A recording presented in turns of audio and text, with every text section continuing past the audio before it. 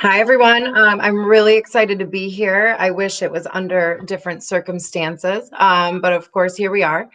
A little bit about me and what we're currently working on. Roderick and I, since we were last out in Wisconsin, have partnered with Taylor Andrews in Utah and opened Hair Lab Detroit Barber School, a Taylor Andrews Academy here in Michigan. So I know the distance learning hurdles very well as we are in the process of figuring those out on our, for our school. So um, I was honored to be asked to come and present to you guys. I know it's a very difficult time. So anything we can do to help, we are always happy to do it. So I know every school is trying something different to make it work, but I want you all to know how blessed you are to be able to continue your education. It's a lot of work on the back end and the back of the house. So kudos to your school staff for really stepping up and making this happen for all of you guys. It's a big deal. It feels heavy right now, but trust me, in the end, you'll be so grateful you had the opportunity to continue your education, as weird as it may be. But we are here and we are ready to learn, and I'm excited to share these tips with you. Before I get into cutting, I wanted to sit and talk with you guys a little bit about curly-haired clients and how they're different than our normal, typical straight-haired clients. I've been working with curly hair since the beginning of my career. My sister has curly hair, so I had the pleasure of learning to work on her. And when you're cutting your sister's hair, they tend to be very honest and tell you how terrible it is. So I got to learn, trial by fire, and which is how I came up with some of this curly hair cutting. So I want to talk to you about the type of client that will come in looking for curly haircuts and why they're different. In 2020, 2019, we started to see a return of natural curly hair. People weren't straightening their hair as much. And we had clients that were trying to embrace their natural texture, but also sort of let go of the old norms of control, control, control. So we're seeing a lot of fuller looks out there. We're seeing a lot of layers and volume, and even frizz is becoming sort of avant-garde chic out in the everyday world. So when dealing with curly clients, you have to approach them a little different than you do with straight hair clients. We have to remember as people and as stylists and as service providers that these people are coming to us because they need help and they need us to help them understand their hair and the way that it works. So, and why it's different than other hair types. Most stylists haven't had the luxury of having sisters to be mean to them and tell them how terrible they are so they can learn to do curly hair. So they come in after having years and years and years of bad haircuts. I fully believe in hair PTSD, and I think that these clients all have some degree of it, just in all the terrible haircuts that they've endured, or encountering overconfident stylists that oh, I can do it. I'm great with curly hair, and then they do the haircut and it's the opposite of great. So they don't trust you automatically when it's their first visit. So it's our job to not only understand that, but help them work through it and not take offense to it. The easiest way that I find to break down barriers is the consultation. So many stylists fly through consultations, and you guys are all Aveda trained. You know how important consultations are. Consultations are where you break down walls, you see where their needs are, you see what their goals are. It allows you to create a service catered just to them, but also you can start processing and thinking about products that you want to recommend, or issues that you may want to address with your product recommendations. So the consultation is so, so, so important. And it's not a bunch of yes or no answers. It's a conversation. So the easiest way to start a conversation for me is to grab a stool or a chair next to them and actually sit and chat with them. So this is the part where you're not standing over them. They don't feel put on the spot. They feel like they're talking to an old friend about the things that they've experienced. In this part of the consultation, you want to talk about everything that they've been through. What terrible haircuts have you had? What do you like about your hair? What part of your hair are you struggling with currently? I like to ask what their favorite haircut was and if they have pictures. And that will allow you to get inside their head and allow you to sort of see where their expectations are and their understanding of their hair on their head. So a lot of people will bring you pictures that are nothing like their actual texture or whatever, but it's our job to figure out why they brought that picture. A lot of the times what I notice with curly hair is that when a client brings a picture, they're not necessarily looking at the fact that the hair texture is different than theirs as much as they are looking at the shape or maybe the length or the layers. So this is a great opportunity for you to discuss with them any goals they have, any pictures they may have, and what they like about those pictures and what they're seeing in the picture versus what you're seeing in the picture.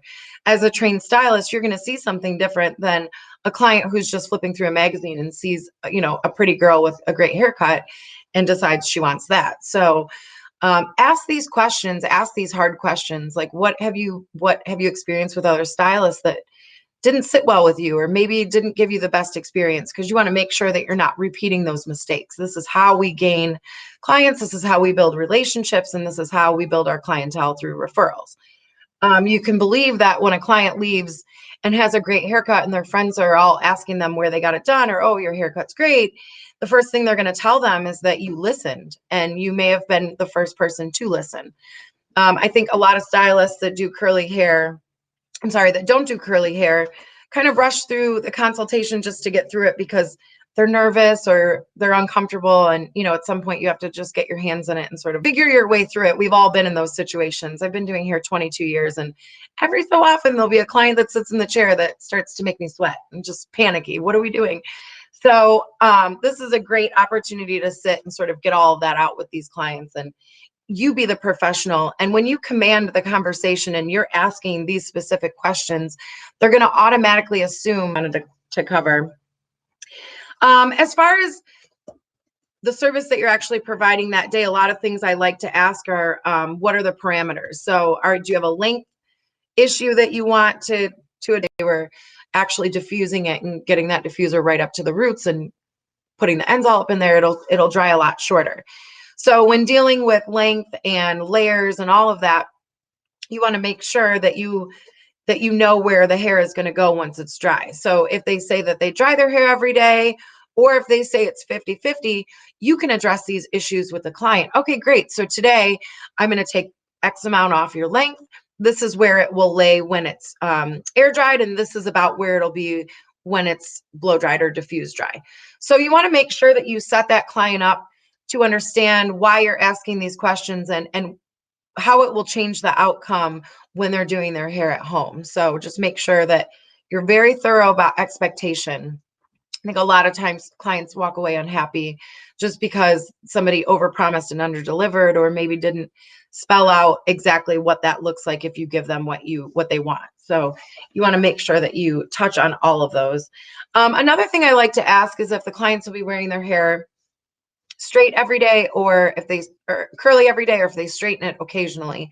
It doesn't change my approach too much, but again, it comes down to length. So if they say they're going to wear their hair mostly straight, then we need to have a conversation about the length and what that looks like. If they're going to wear it mostly curly, same thing. If they're going to do 50-50, again, you can go over what it'll look like straight and then what it'll look like curly, just so that they're fully informed and understand where those lengths are going to lie. So at this point, a lot of clients that come in for curly haircuts haven't ever had a great haircut. So they're very leery. They're very unsure. They might come in, I just want to trim. They want to see if you're capable of handling their hair.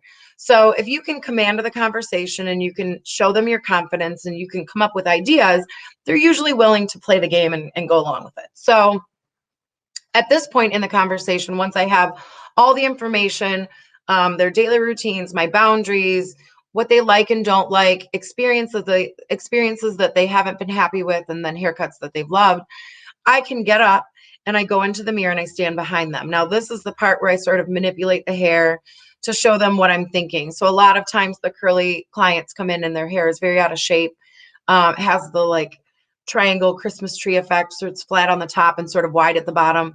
And most of them don't love it, but they don't know what else to do. So at this point, I'll be able to manipulate the hair and I'll sort of pull on the top a little bit to give it a little more lift through the areas that I want to show them. So if you're just lifting the hair up, Okay, so if we shorten your layers just to this much, you can kind of mold it. I have a lot of product in my hair, so it acts like curly hair, but curly hair is pretty moldable. So you can kind of mold it into shape and give them a great idea of what it's going to look like when you're done. Of course, get approval from the clients before proceeding with your plan and your haircut. But it's a good way for you to sort of mold their hair and show them what your thoughts are and the direction that you're heading and the volume that you want to give them. I once had a client and she was the cutest French girl, strong accent. I think she was probably a little insecure about that, trying to get her point across. She had really curly hair and it was probably about down to her shoulders. It was one length. She had never had layers and it looked like ramen noodles because she would get up in the morning and to elongate the curls and all of that, she would comb it and brush it and brush it and brush it when it was wet and just not touch it.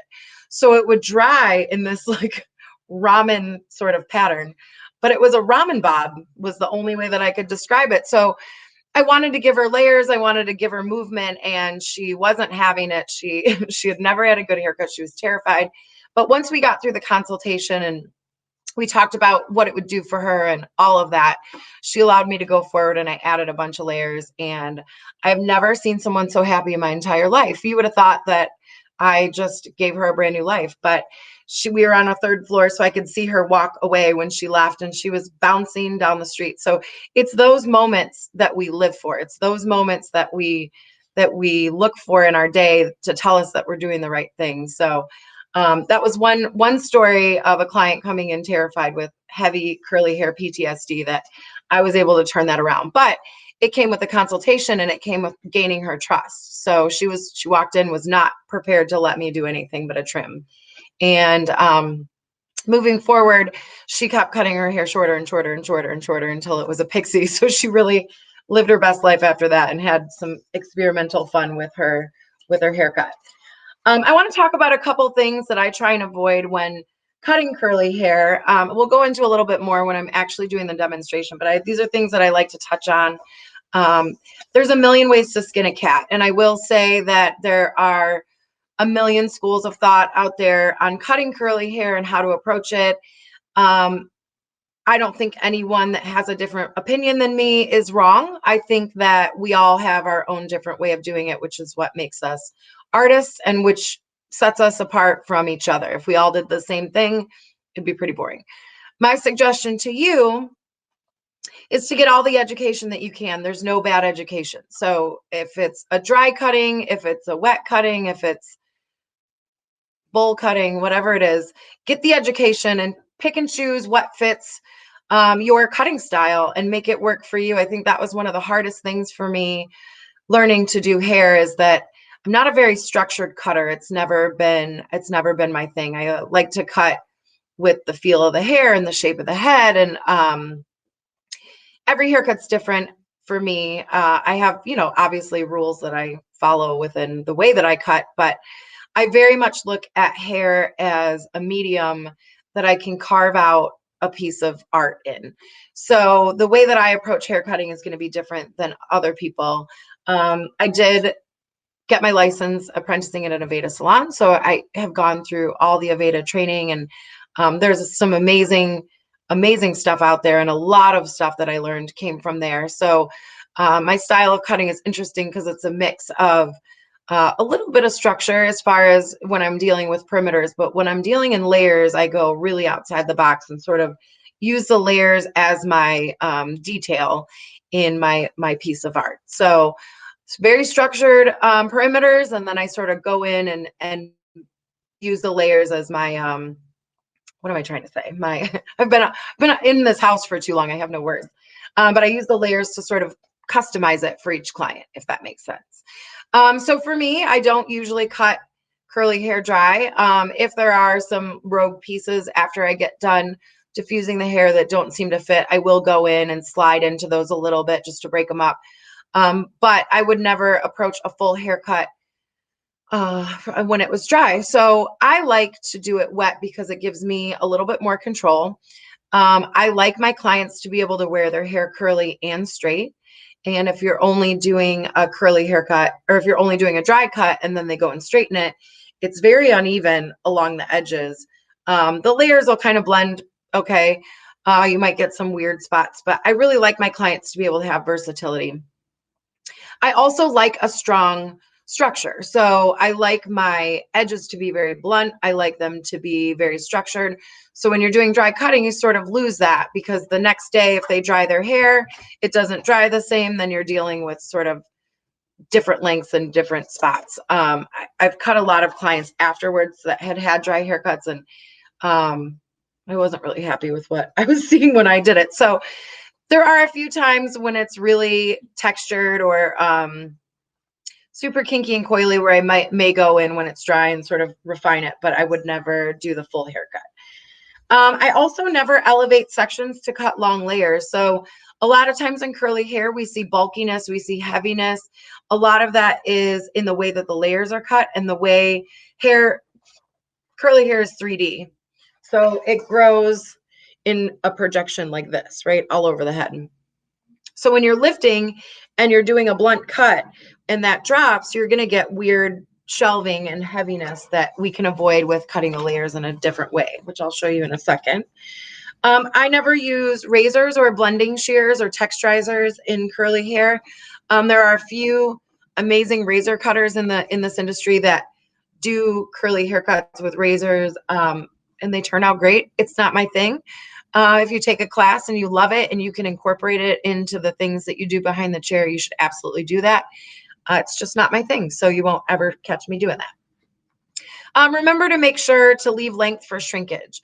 The easiest way that I know that I have found to test the shrinkage is when they come in, when it's dry, sort of figure out where the length is when it's curly. So let's say their hair is laying here. So you'd put your finger there and then you would actually take the hair and stretch it down. And that'll show you about what the shrinkage is. It's not a perfect science, but it seems to work pretty well for me. It doesn't work so great if the client it comes in with their hair in a ponytail and they take it out. But if it's the way that they would wear it on a day-to-day basis, then it's a pretty good guess. If they air dry it every day, it'll probably be air dried. If it's diffused every day, it'll probably be diffused. Another way is once it's wet, you can kind of shake it out, give it a couple scrunches in your hand and see where that's falling compared to the stuff the hair next to it when you comb it out. It won't give you an exact, but it'll give you a pretty good estimate. I usually add on another inch for drying shrinkage, just depending on how curly the hair is. So for like medium or coily hair, you can guess an extra inch. But make sure you're scrunching it. So that's a great thing about curly hair. As you're working through the haircut, you can continue to play with the hair and scrunch the hair and look at the shape. And it'll give you a really good idea of where you're headed before it's even dry. So I do that a lot as I'm doing haircuts to check my length of layers and all of that stuff. So don't worry about strict guides when you are cutting layers either. I don't like to use guides per se. I mean, I'll show you when we get into it, but don't stress yourself out. Have fun with it. Curly hair is fun once you get past the uncertainty of it and you know how to counteract the issues with curly hair with product. It'll make your life a lot easier. So a couple more things and we'll get into the cutting. So I want to talk about curl types. I break it into 4 curl types. It's the easiest to talk about. Anything beyond that gets to be a little bit overkill and overwhelming. So the first one is a loose S, and that is anybody with just wavy hair. Most people have a little bit of bend in their hair, so they would fall under that loose S category. The great thing about loose S is that you can actually add internal layers with a little slide cutting to encourage the curl and give it a little more weightlessness. So this hair type tends to be the flattest of all. It doesn't have as much volume. It doesn't live in projection quite like the other curl types. So it can be a little bit heavier. It requires some layering to actually coax that curl out and get it going. Usually you have to use volumizing products or products with hold to get that curl to dry in there, to diffuse in there and stay. This curl type holds moisture the best. So you aren't going to see as much frizz. It won't be as unruly.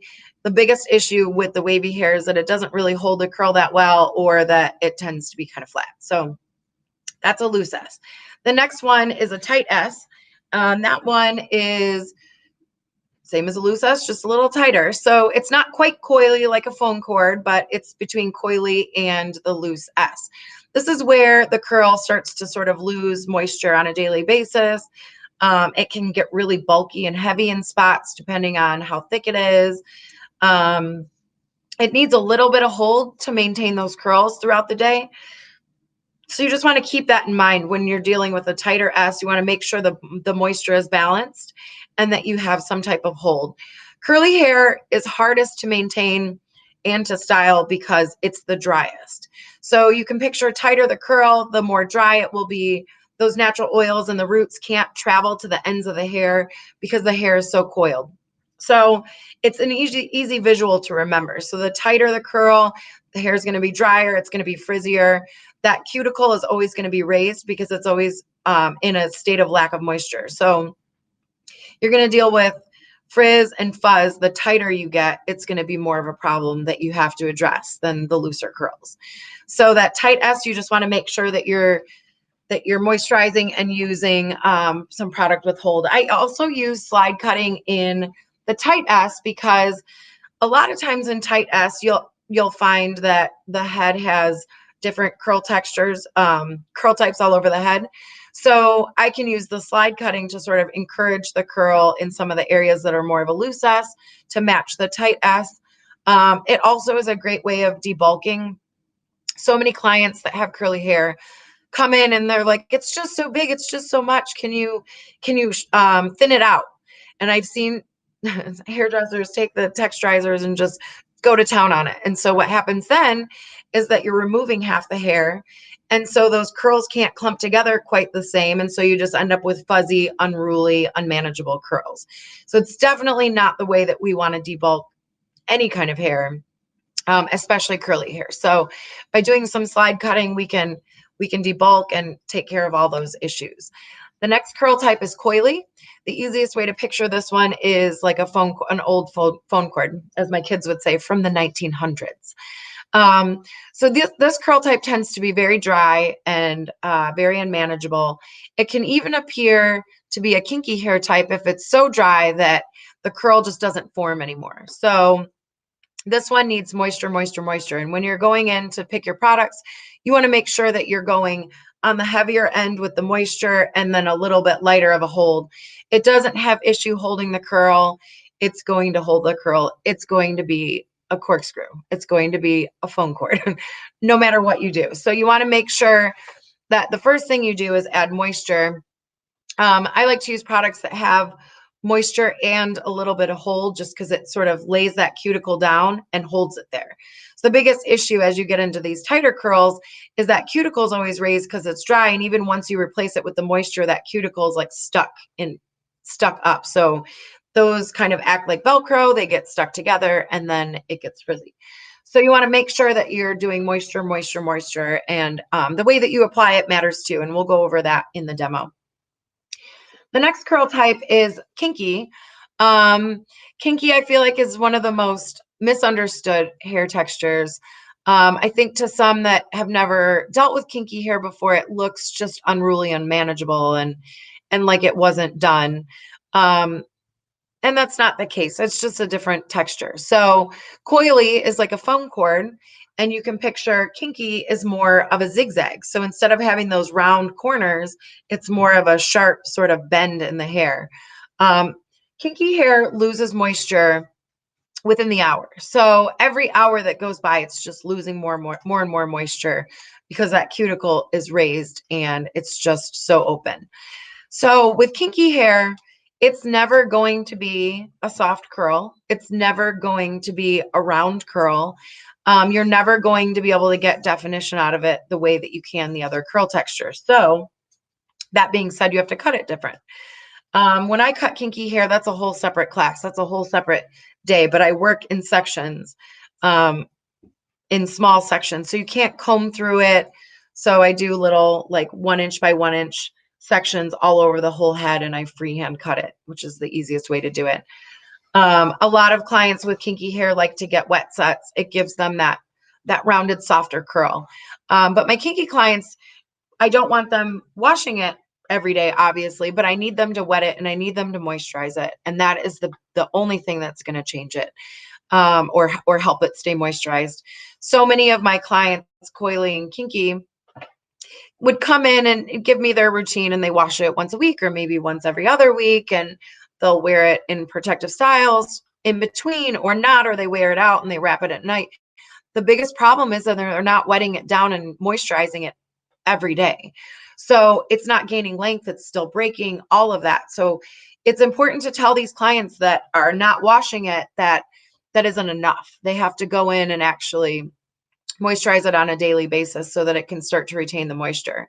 And if they do that, it'll start to actually hold the moisture longer. So instead of it lasting 3 hours, it'll start lasting 6 hours. And instead of lasting 6 hours, it'll then go to 12 hours. So the more moisture that they're adding on a daily basis, the better it will hold it. And they'll get to a point where you can actually kind of lay that cuticle down a little bit and it'll actually be able to do its job. So these are some of the common misconceptions in curly hair. It's just that the curl is unmanageable, but really it's just the moisture level is sort of unmanageable. So if we can get that under control, a lot of times we have a lot better success getting the curls to behave the way that we want them to. Heat damage is another thing. I have clients that come in with coily hair that, they were flat ironing for 2 weeks while they were on vacation, and they come in and there's actually straight pieces. And those you usually can't bring back. So heat damage is one of those things that once it's in there, it's in there. So it needs to be cut out. And that's about it. So I can't stress moisture enough. That is your number one friend in the curly game. And once you guys can get the moisture under control, everything else becomes easy. So I will start the demo now so we can get this going. I want to be able to show you the layers and then a little bit how to diffuse it, even though that's a little boring to watch. All right, so the most important thing to remember when we're doing curly hair is to make sure that it stays wet. Curly hair is really, really fragile because of its dryness. So when hair starts to dry and get into that in-between wet and dry stage, it's just kind of hard to tear through it. You don't want to damage it anymore. So the best thing to do is to make sure that it's wet. So I'm not going to cut the length of her because there isn't really much here. It's a mannequin. So the curly hair mannequins are never the most amazing. So we're going to deal with what we have. But basically the way I cut the length on curly hair is the way I cut length on every hair. So whatever you feel comfortable with as far as cutting length, I would stick with that. As far as tension goes, I use a medium tension when I'm doing the length. I'll give you guys a quick shot of it, even if I'm not doing it. So I do use the wide end of the comb because, again, I don't want it to be pulled too tight. I want that curl to be able to do what it wants to do within reason, but I still want to keep some control. So I always have my clients look down when I cut their length. The reason is clients tend to, as you're combing, have you ever noticed their heads kind of do one of these? And then you find yourself kind of bending down and trying to cut it. And then when you realize they're doing that and you straighten them out, this bottom part ends up being longer than everything else. And it's not straight and it's not even. So I like them to look down. It just gives me a little bit better control of what's going on. So I always start in the middle and I'll comb it down. I don't want any elevation because, again, that's going to create some length under here that I don't want to see. I think you guys can see that I'm not pulling it so tight that the curl is gone. You can still see there's a little S pattern in there. So you just want to make sure you pull it with some medium tension and go from there. All right, on to the cutting. So my client today told me that she wants to have bigger, more fun hair. So we're gonna give her some layers so that she can get some volume out of that. So first I'm gonna start by creating a couple pie-shaped sections back here. I like to work in pie-shaped sections, and I don't normally do them before the haircut.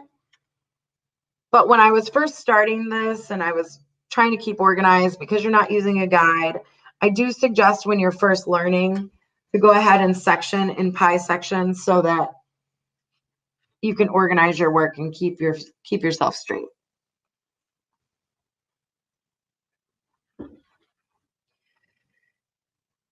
And again, we want these to be clean,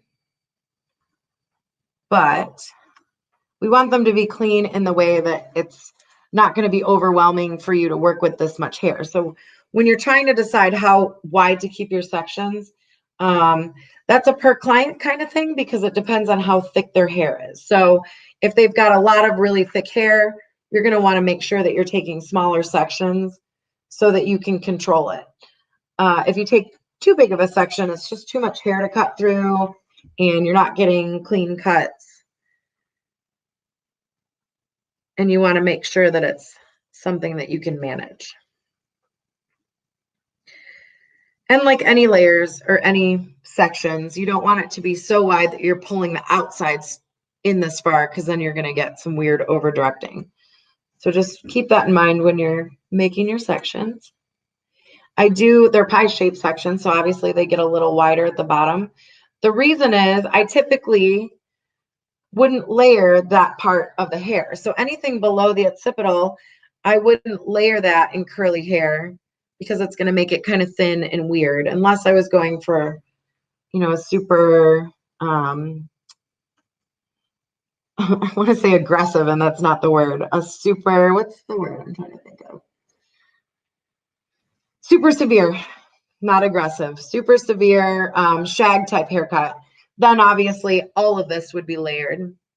But for the typical layered curly cut, I'm just giving you guys a basic today because we don't have 3 days to go over a million different haircuts.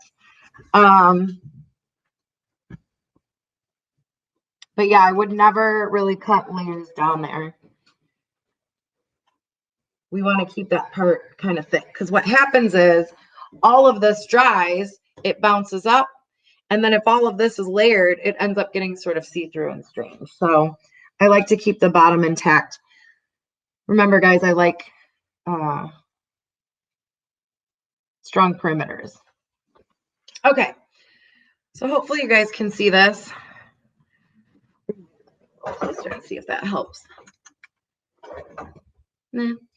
All right, so these are a bunch of pie-shaped sections put into the hair all across the back. Now, I didn't do the sides yet. We'll do that when we get there. I want to start with this part. So I'm going to show you guys 2 ways of doing this. I'll start in the center-ish. So remember, I don't need to worry about anything below here. This is below the occipital, so I don't want to cut any of that. Now, when I'm cutting the layers, I have the clients look down. The reason I have them look down is because if they were looking up, my whole body would be sideways trying to do this. So I want to make sure that my posture is good and that I can maintain doing this all day long on clients. So by having them put their head down, I'm not having to contort my body in such a weird way. So to cut the layers, again, I don't want to elevate and add weight anywhere. So I'm going to comb it all into my hand and bring it down.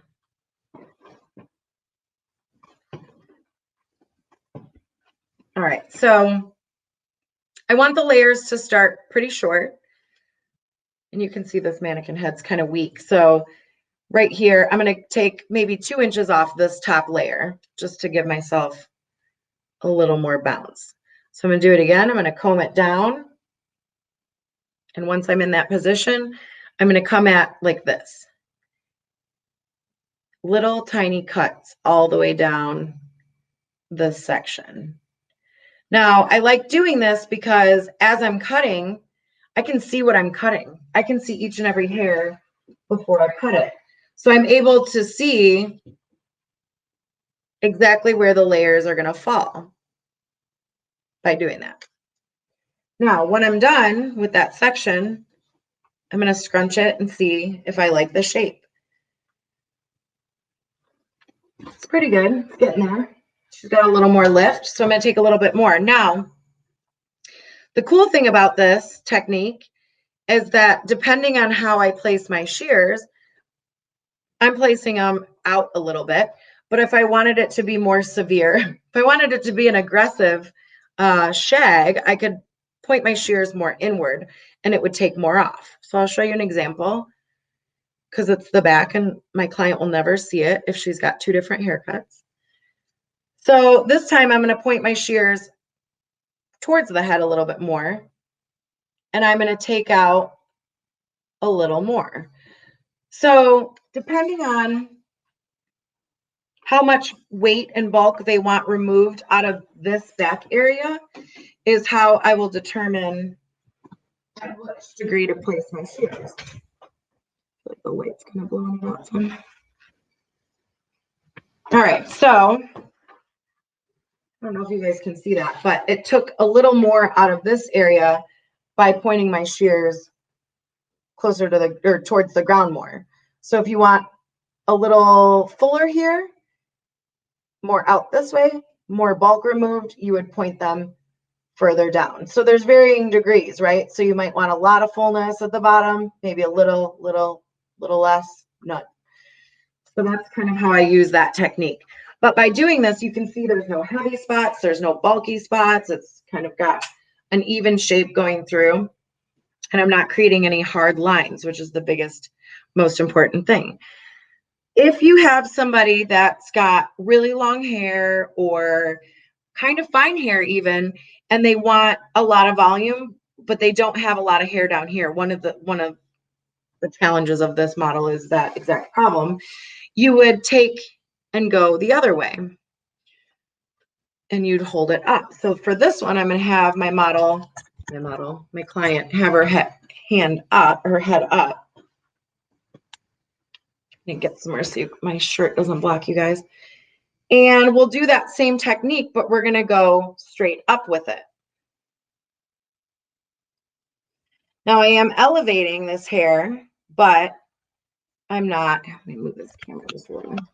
I'm elevating this hair, but I'm not making a hard straight cut, so it's okay. So we're going to pull it all up, and I'm going to cut about 2 inches off. Again, I'm doing little cuts. I'm not shredding. I'm not sliding. I'm doing little tiny cuts. And what that does is this technique and the cutting the layers like this with these little tiny cuts, it also creates a short and long situation. So you're starting from shortest and it's going to longest. So what that's going to do is encourage the curl. So if you're dealing with somebody that has a loose S curl type and they have a hard time getting their curls to come out, cutting their layers this way will help that because it's going to give it that short to long effect. All right, so guides, how am I deciding how much to take off? So for this next section, we'll go back down so I can show you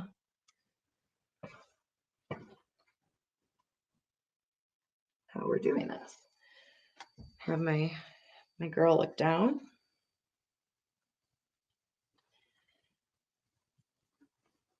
My head's wobbly. I'm going to pull it down again. Not in the shot.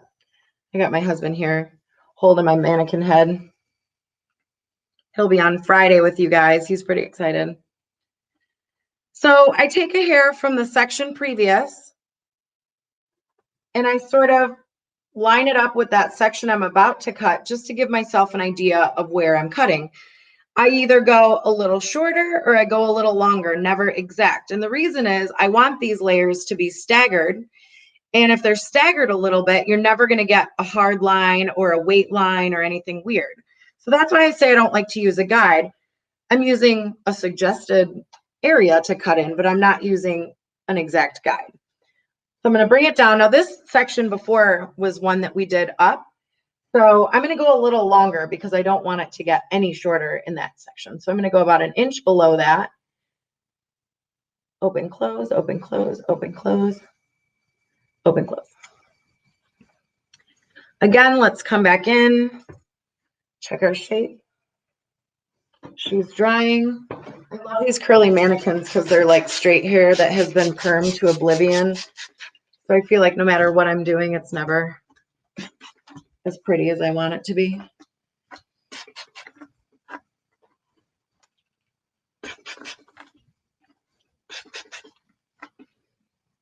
All right. So for this next section, I'm going to go up again. That's another thing is with this cutting method, you can alternate. You can go up with some and down with some, and it'll create a little bit of variance in the haircut and give it a little bit more movement and curly interest. All right, so next section. It's like doing a real client that won't sit still. All right, so we're going to hold it up. I'm going to take a piece of hair, match it up. Hang on, move this. I feel like I picked a bad shirt to wear, but it was this or a black shirt. And I feel like either way, nobody would have been able to see what I was doing. Sometimes I go back through that same section and recomb it and just make sure I got everything I wanted to get. Again, we're carving haircuts we're carving art into our haircuts. All right. Now I'm on the side, so I want her to lean her head sideways, right? So I'm not hurting myself.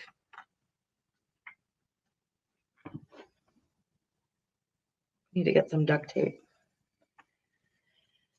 Now, once you guys have been doing this for a while, you won't need to keep getting your guide and holding it to the next section. You'll get pretty good at knowing where you've been cutting and eyeballing it. So for a while, these haircuts will take you an extraordinary amount of time just to get your way through. Is that your show and tell? Oh, you're tightening it. All right, we're good. Maybe. So I always get asked how long I book out for haircuts. Guys, help! Am I good? Okay, I'm just gonna do this. All right, so I always get asked how long I take to do my curly haircuts. I got pretty quick at it for a while, or after a while, but basically I book out 30 to 45 minutes if they have finer textured hair. And if they have more kinky or coarse hair, I will book out a lot longer. I have one kinky client. That sounds terrible. One client with kinky hair, and her hair takes me approximately 2 hours just because she's got so much of it. So that haircut takes me a long time.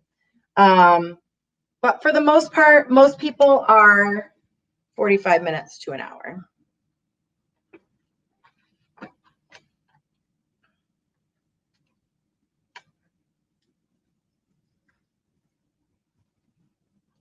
I learned quick to start asking a lot of questions when they're booking. And I would, if you guys do online booking, I would suggest doing 3 different curl types or 3 different curl appointment options. And that way the client will at least know that there is a difference. So as soon as I started doing that, it made things a lot easier. I'm going to do this one up. It made things a lot easier because the client knew, obviously I'm asking these questions for a reason, and they would start to question like, oh, I must have like super thick hair, super long hair, whatever. So I found if anything, the clients usually would pick a time that was too much, which is better than not enough, in my opinion. All right, so now we're going to move on to the front.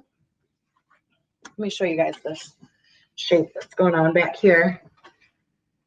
So you can see we shortened the layers, so it's giving her a lot more oomph up here than she had before. In some of the sections, I went a little aggressive in the layering here, so it gets a little less bulky there. But again, this is a mannequin head, and they're never really full down here no matter what, so it's hard to get a good gauge. But you can see the general shape that we're going for and what a big difference this has made so far. And as you can see, there's no weird weight lines or areas that aren't blending with the rest of it. So that's good. That's exactly what we're looking for.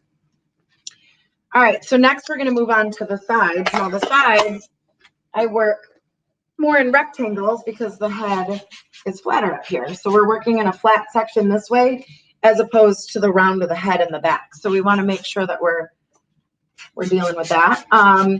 The sides are a little more complicated because you've got the ear here. So of course, we always have to deal with the ear to make sure we're not giving anyone holes.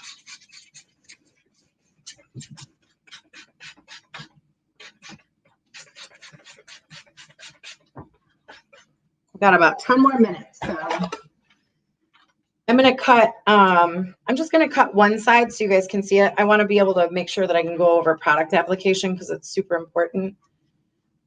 I need like a 6-hour class with all of you guys and then I could cover everything. When we started teaching, I hated public speaking. It's probably still not my favorite, but I remember when I got my first show at my first class at my first show, and they were hour and 15 minutes. And I was like, how am I going to fill an hour and 15 minutes? And now I wish I had 6 hours. I don't know. Things have changed, I guess, but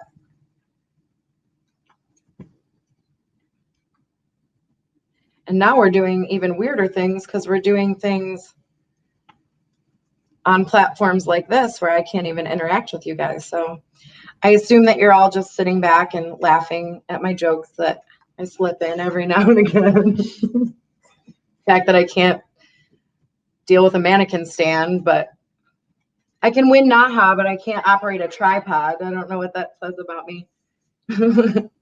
She's pretty, but stupid.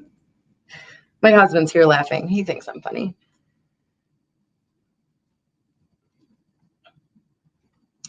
All right, so I went through on this side and we have just little rectangle sections. So when I'm cutting this side of the head, I'm going to face the client. If I was cutting this side, I would stand behind her and you can see why. So if we were cutting this way, I would want my shears to be on this side. Since we're cutting this side, not turning this thing, it's going to fall apart. We're going to stand on this side. So take this first section. We're going to comb it up. Now, I always go up on the sides no matter what, because remember, we've got this ear over here. So if I were to go down with it, I definitely run the risk of taking out too much and not being able to come back from that. You'd lose a client forever if her ear was showing. So I'm going to grab a section from the back as my quote unquote guide. I know where we're going, so I'm going to go ahead and open, close, open, close, open, close. It sometimes helps to say that out loud to yourself when you're doing it so that you don't accidentally start slide cutting. Same thing with the next section. Open, close, open, close, open, close. I've also started doing my fringes this way, even on straight hair. So instead of going through and cutting a face frame where you comb it all down by the face and then you kind of angle your shears and go down like this, I've been doing my face frames this way because it leaves like this part intact. Whereas when you're like combing it down and sort of going at it like this, sometimes this hair gets like mixed up in it, or I don't know. I always struggle with face frames. So started doing this on straight hair and I actually really like it. So if you guys have a sister to practice on, call them over. It just creates a much softer face frame, but it leaves the entire front hairline intact, you know, aside from the top. But I really like it and it works really well. I'm sure you guys have mannequins at home. Now is a great time to practice. Practice these techniques sooner than later. I don't want you guys to watch this and be all excited and then lose everything that we did today and everything that we covered because you didn't practice. So make sure, even if you're not confident and maybe not doing it right, just practice anyways, because you'll figure stuff out on your own, and that's okay. Not everything can be taught. Sometimes you got to figure it out. Most of the way that I do things is I took a bunch of classes, I took bits and pieces of everything everyone taught me, and one naha. Guys, I won naha. No, I'm just kidding. Didn't help me with clients behind the chair. All right, so now that we've got this done, you can see it's a great shape going on. Sometimes in the front, when I get it done, I'll sort of arrange it and scrunch it and see if it's short enough. I feel like that face frame's short enough. And then when I get done, before I style it, now mind you, I didn't do this side, so we're not going to do that too much, but I'll just run my hands through it like this.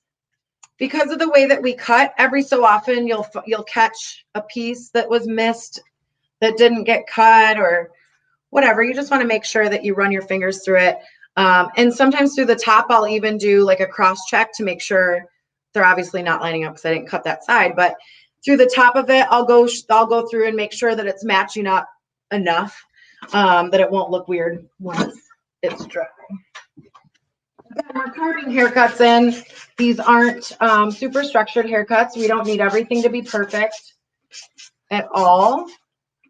We like movement in curly hair. Oh, I'm going to show you guys a slide cutting technique real quick. Now her hair is kind of coily because it's like fried and permed. But if you had somebody with wavy hair, or that tight S that needed some debulking, this is how we would handle that. So I'll go through and I'll look for heavy spots or uneven spots, and I will pull a section. And it doesn't have to be the same sections. You're just looking for parts that may be kind of heavy. So you'll pull a section like this, and you'll let it kind of hang like that. So when I do that, and she doesn't need it, so it's going to be hard to see, but you'll see like bulky areas that are like clumping together, or you'll know like, okay, I saw a shelf in here that I want to break up, or I want to enhance the curl. So you just pull it straight off the head, hands parallel to the head, and I'll put my shears in. And again, open, close, open, close, open, close. Now I'm following the shape of this curl. Hers are little, so it's not quite the way it normally, but picture if it was an S, like a big S. You could stick your shear in where that bend is, open, close, open, close, open, close, open, close, open, close, and follow it all the way through to the end. So by doing that, you're creating all these short pushing long within the curl, which is enhancing the curl. It's taking out bulk. It's giving it more lightness and airiness. So if they're having a hard time with volume, a lot of times I'll do this technique all throughout the top, and it'll give them a big boost. One more time. Practice this one too. This is not, super hard rocket science. Just find your groove. Open, close, open, close, open, close, open, close. A lot of times my wavy clients are straighter at the bottom, so I'll like lift all this up out of the way and go at it from the underneath. All right, so I just want to show you super quick. We have 5 minutes on how to apply product. So we're going to start in the back with her. I always like to start in the back and work my way up. If I try to do this all at once, I'm not going to get it evenly put throughout the hair. So I want to make sure that I'm every single hair. The mistake that most people make is they just scrunch curly product in. But what happens is then your product is on the ends, but not on the roots. So you'll have really fuzzy hair everywhere else. So I'm going to start with a product that has a lot of moisture. It's a cream-based product, a lot of moisture with a tiny bit of hold. But I'm using it more for the moisture. So what I want to do is start, and with curly hair, the tighter the curl, the further up that you can go with the moisture products. Coiling kinky hair is dry all the way to the root. So don't be afraid to apply quite a bit of product to make sure that you're evenly coating it everywhere. And you can see that I'm applying it and I'm running my hands through it. And what I'm doing is I'm using the heat from my hands and the motion of my hands and my palms and my fingers to run my hair down this hair shaft. But what it's doing is it's laying that cuticle down. It's working that moisture into the hair and making that cuticle pliable so that after I apply this product, I can go over with a hold product, a gel of some sort that will actually set that cuticle in place so that when we dry it, it stays under control. So the next product I'm going to use is just a little bit of defining serum. It's just a little light gel. And I'm doing that same thing. I'm using the heat in my hands to lay that cuticle down and make sure that it's coated throughout the hair. So then after that, I can go through and scrunch it back up. People always think I'm nuts when I apply product like that, like it's going to pull the curl out. Oh, if only it were that easy, it'd be super rich. All right. So we're almost out of time. I just want to give you a couple diffuse tips real quick. So I have a diffuser on my dryer. It's an amazing diffuser. It's by CIC Beauty. Friends of mine created this in the last year, and I love it. You can put oils in there, essential oils that they have, and they have a couple of products, but look them up. So I'll turn the dryer on low speed, high heat, and I feed those ends in and hold it here. Now I would never start in the back of the head. I just wanted to show you how I would feed that hair in. If I was drying, most people want volume on the top. So what I do is if they have a fringe, I'll have the client lean over in the chair and I'll dry that first. And then I'll have them lean back in the chair and I will focus on the top, the crown, this top area. I dry all of that and then I have them sit up and I dry the sides and the bottom. That way you get maximum volume out of the top and it doesn't, drying the bottom will just disturb all that and make it dry flat. So you want to dry this first, sit them up, and then dry the back and the sides so it doesn't disturb all of that. And you are good to go. All right. I hope you guys got a lot out of today. I see a bunch of questions now that I haven't been able to answer. Hopefully I can answer these after. One of the staff can help me, tell me if I can do that. Let's see. Really struggle working with curly hair. It's definitely scary. I would say even if they don't give you one in school, they're not that much. It's worth the investment. Find friends that have curly hair and maybe they'll let you practice on them. Don't be afraid of it. The biggest thing is the moisture. So, and practice. I mean, once you practice with it, you'll get a little more comfortable. Everything's scary at first. I like to cut curly hair wet so that my clients have versatility and they can wear it straight or curly. As far as wearing it straight and curly, because I have a structured perimeter, it's always going to be straight. The layers will be a little bit different, but even when you straighten them, because we didn't put any hard lines on it, no one will see the difference in the lengths. Yeah, just practice. Somebody said they like curly hair, but it takes some getting used to.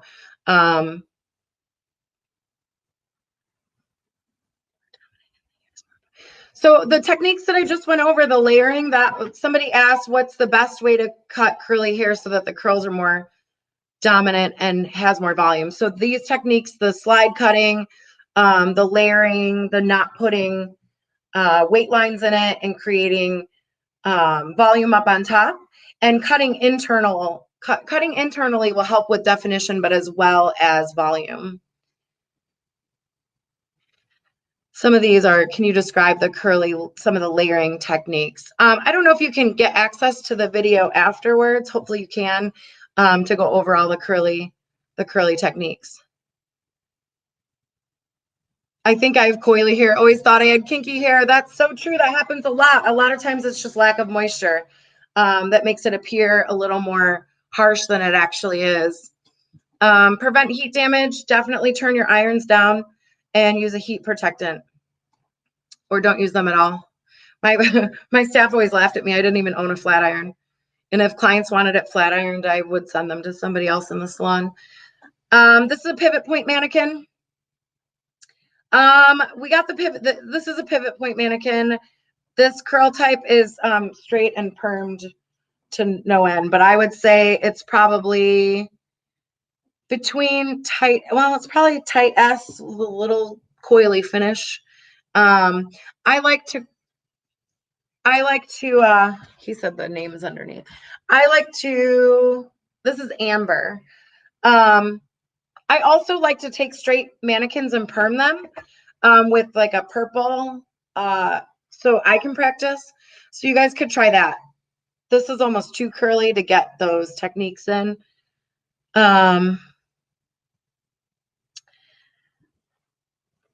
So yeah, those are, I like to perm them, but this mannequin, I just wanted to see what she had. It was a new one.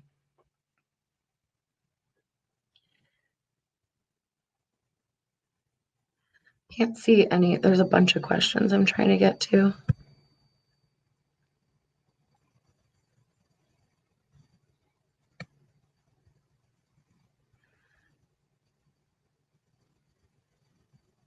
Do you use a different technique for curly hair if they sometimes straighten it? I don't. I will use the same one. If they sometimes straighten it, like I said, because of the way the layers are put in, there aren't any hard lines. So even if they were to straighten it, I cut a lot of long hair, like long straight hair like this too. So play with these techniques because they're not just for curly hair. I started to play with them on straighter hair and I actually loved the result that I was getting. So you guys should try it out because you might really like it for straight hair. And it's sort of, everyone wants that sort of like beachy, unfinished hair. And if it's like real straight, you can sometimes do the internal and external cutting like this, and it'll help encourage it just because of the short hair pushing long hair. But volume's usually the hardest, but that would be cutting these layers shorter on top and then adding those internal layers. Yeah, the hair is so much fuller. So much fuller. If a curly bang is wanted, I cut those a couple different ways. If I have another minute, I can show you guys real quick. I have a stylist that wanted curly bangs, and she was wearing them both straight and curly. So I wanted to come up with a way to do that. And the way that I found is instead of doing a separate section, I was doing it where I would do a triangle on the front and then do the bang length and then kind of layer into it. But I found that by doing the layers like I did them everywhere else in the front, but a little shorter, it seems really dark. I don't know if it's, there we go. All right. So if I was doing, oh no, we lost her. All right. If I was doing a bang in the front, nobody wants to be my client now. I abuse them. So I'm going to take just the tiniest section in front and I'll show you guys in 1 second.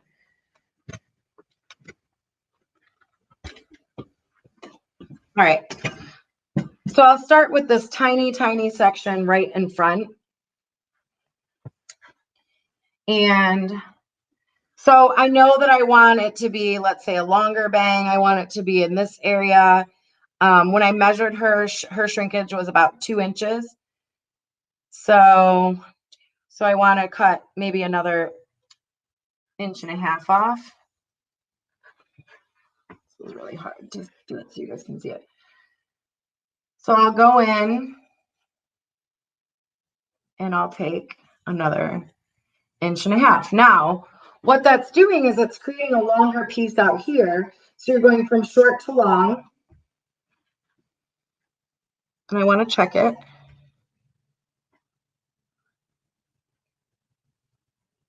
I feel like that one hair is just a little long. I'm going to go in and just take a little bit more. All right. Now, since I have that set, I know it's where I want it. I like it. I'm going to go on to the next section. And normally when I was doing the face frame, I took the sections were a little thicker, but because I'm dealing with the bang and I want everything to fall just right, I'm working in really tiny sections.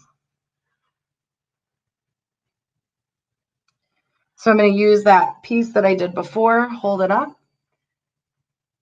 And I want these to be around the same. So I didn't do varying lengths on this one. I made it pretty much match.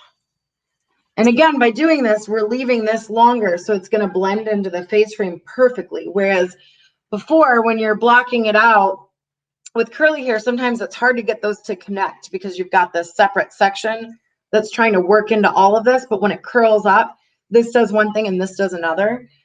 So by cutting it like this, it seamlessly blends it into the rest of the haircut so that you don't have an issue. So one of my stylists that I kind of figured this out on, she likes to straighten her hair and wear it curly. So I needed to come up with a way to cut it that would allow her to do both. And the cool thing is, by cutting it this way, if she straightens it, it flows perfect. She has no issues. It looks perfect, straight or curly.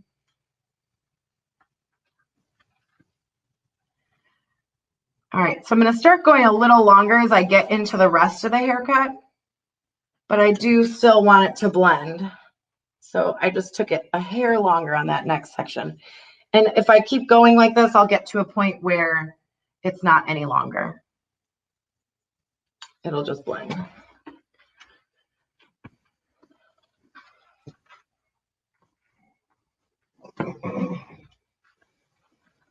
So practice this, practice doing straight hair like this too, for the heavier, kind of swoopier bangs. It's one of my favorite bang techniques, and I also feel like you have a little bit more control while you're doing it because you're not going in and just like lobbing off a huge section. You're doing it like piece by piece by piece, so you can check it as you go, which is always great. But yeah, once you got product in this, and I would have her lean forward and I would dry it.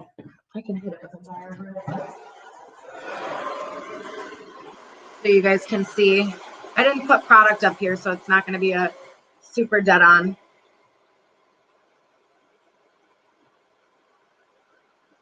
So how do I decide if I bring the hair straight up or down? So it depends on the hair. If I want more volume in the top, sometimes I'll do it down to get the layers in this area, and then I'll bring it up to get the volume on top. If they have really fine hair, I'll just go straight up because I want to leave as much weight on the sides as I can because they're already kind of fine and struggling with having a lot of hair on the sides. If it's really thick, I'll do it down so I can take some of the bulk out of the sides by cutting those layers a little shorter. I swear, if you guys start practicing with these on your mannequins, you'll start to figure out what works and what doesn't. Again, I didn't teach a haircut that has like a million special sections. Like, it's really about kind of listening to the hair and figuring out what it needs as far as moisture and layers and all of that. So you guys can see the bang. Bring your in closer. It is a little shorter in the center, which is great, and then it gets a little longer as you go to the outside. Obviously, you could take them shorter or longer, but I think that's a great length for my fit client. This side looks a little wild that I didn't cut. This kind of shows you guys the difference of what she looked like before versus after. All right. So there's a lot more bulk over on that side than this side.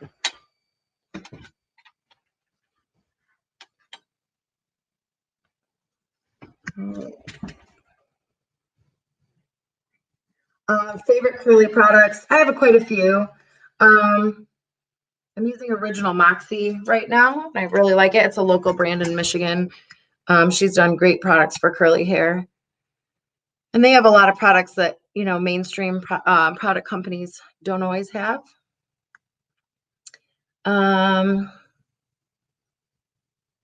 Yeah, we all need haircuts. Somebody said how badly their curls need a haircut. I've decided to try to grow mine out while I'm locked in my house for 2 months. Yes, curly hair needs a ton of product. I think that was one of the most shocking things when I really started doing a lot of curly hair and started playing with different textures, is like the amount of product I could use.